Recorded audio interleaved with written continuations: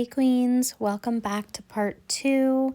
Now that you've seen how to make the Mega Volume fans, I'm going to show you a fill that I did of a Mega Volume set and where I placed all the Mega Volume lashes and how I made the fans. So this is a 3.5 week old fill, a little overdue. So her fans kind of closed and they don't look as great anymore. This client was a little bit rough on her lashes, as you can tell. She does have beautiful lashes, though, and they are so thick. You could see them from far away. They're long as well, and she's been coming to me for probably about 7 years now. She's been with me for a while, and she's always gotten lashes like this, and her lashes have never gotten damaged. So we know that these lashes are right for her.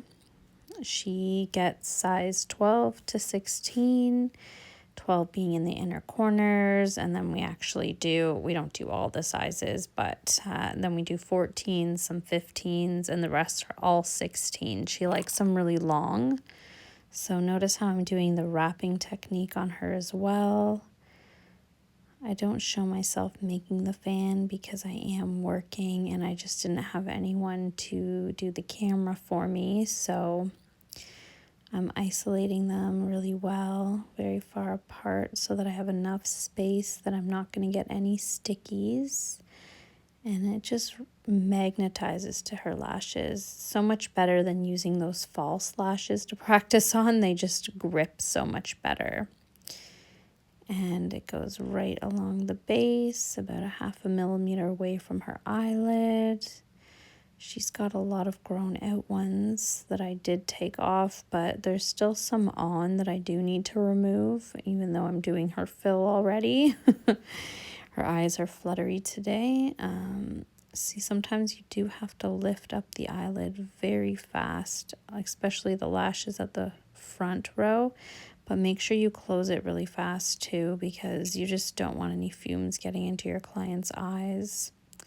But yeah, like I said, her eyes are fluttery, her lids, because she did tell me that she drank a bunch of pre-workout before she came to her lash appointment, which is totally fine. I mean, I don't even notice it much anymore. I just noticed it in the video more than ever than I was actually doing the lashes. But see her longest lash, how long that is, and then that one. Then obviously she has the growth cycle, and it looks like she did go through a shed recently. So I'll show you some videos of sheds as well and what they look like and what to expect. But I think that her lashes hold up the Mega Volumes very well, so she's a great candidate to show you.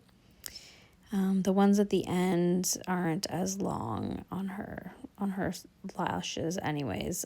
So I do put a shorter size right at the very end. I put 14s because the 16s will probably be too heavy and weigh down her eyes. So I'm using the wrapping technique again, kind of coming in from the base up, working my way up. That's exactly where I go in when I put the fans on. I make sure that they're wrapping the base first, holding them tight so they don't break, of course. So you're going to need some good tweezers. You could use any kind that you like, whatever you're comfortable with using.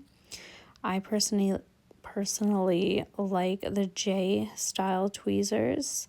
I've tried the boots and it just doesn't work well for me. I like them more pointy and I like to be able to just work with them as I'm putting them on the lash as well. I do like fanning them out more in between while I'm waiting for the glue to dry. You'll notice that I do that. See, I'm just making sure, but right now I'm actually wrapping it around that lash. And I'm not letting go until I know it's wrapped right around and it's dried a little bit. This glue that I'm working with dries in 1.5 seconds. And I do find that the Mega Volume fills depending on how many weeks. This client normally comes every 2 weeks, but I think that she just had to push her fill back this time for, well, personal reasons. It's not really any of my business, but sometimes people just have busy lives and they can't always make the fills in time. So remember to charge accordingly, like I mentioned in another video, but my clients are really great. They know the drill and they always give me extra anytime they know that their lashes are overdue a little bit, or even if they just know that they're in rough shape, because some people could be rough on their lashes, and I'm talking rubbing their eyes, pulling them out, so many different factors. And some people's retention aren't as good as others. Like there could be hormone factors, people that are on medications, which a lot of people are, especially, psychologically and stuff like that. That also affects retention. Makeup products with a lot of oil.